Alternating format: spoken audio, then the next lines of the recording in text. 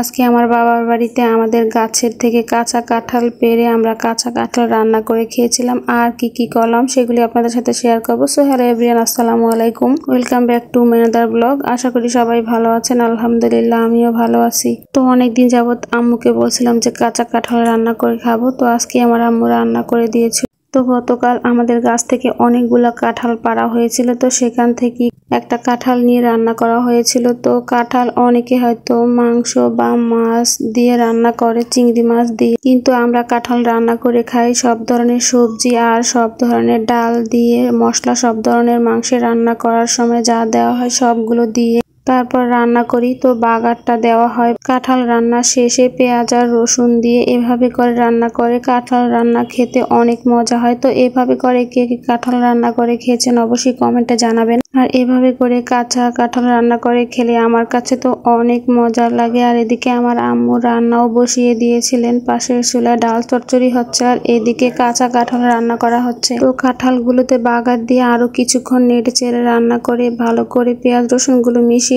নিলেই রেডি রান্না করা। তো কাঁঠাল রান্নাটা অনেক মজা হয়েছিল, আমরা সবাই খুব মজা করে খেয়েছিলাম। তো এদিকে আমার আম্মু রান্না করতেছিল আর দেখলাম আমার ছেলে আর আমার ছোট ভাই এই পাতাগুলো নিয়ে আসছে খেলার জন্য। তো ছোটবেলায় আমরা এই পাতাগুলো দিয়ে খেলতাম, মানে দই বানাতাম। এগুলো এরকম পানিতে ভালো করে হাত দিয়ে চটকে চটকে মেখে তারপর পাতাগুলো তুলে ফেলে দিয়ে অবশিষ্ট যে পানিটা থাকে ওই পানিটা কিছুক্ষণ 10 মিনিট বা 15 মিনিট রেখে দিলে একদম দইয়ের মতো, মানে জেলির মতো হয়ে যায়। তো ছোটবেলায় এগুলোকে আমি বলতাম দই, মানে আমরা সবাই দই বলতাম। এই যে 10 মিনিট রাখার পর এই যে কাটার সময় দেখাই যাচ্ছে একদম দইয়ের মতো করে সুন্দর সেট হয়ে গেছে। তো এরকম করে আমরা ছোটবেলায় খেলতাম। তো আজকে আমি ওদের সাথে একটু এগুলো বানালাম, ভালোই লাগলো, ছোটবেলার কথা মনে পড়ে গেল। আর এদিকে যে চামচটা দিয়ে কাটছিলাম দই, সেই চামচটা নিয়ে দেখলাম যে চামচটার ভিতর পিঠটা চেহারা দেখলে উল্টো দেখায় আর উল্টো দিকটা চেহারা দেখলে একদম সোজা আয়নার মতো দেখায়। এটার কাহিনীটা কি আমি জানি না, যদি আপনারা জানেন অবশ্যই জানাবেন। তো এই যে আমাদের ছাদের উপরে মানি প্লান্ট গাছের পাতাগুলো বিশাল বড় বড় হয়ে গেছে, মানে ছাদের উপরে না, ছাদের পাশে সুপারি গাছে হয়েছিল, তো ওটা একদম ছাদ পর্যন্ত উঠে গেছে। কি সুন্দর তাই না? গাছগুলো দেখতে খুবই ভালো লাগতেছিল। আর এইদিকে এই যে আমি মেহেদি পাতা বেটে হাতে দিয়েছিলাম, মূলত মেহেদি, মেথি আর কালো জিরা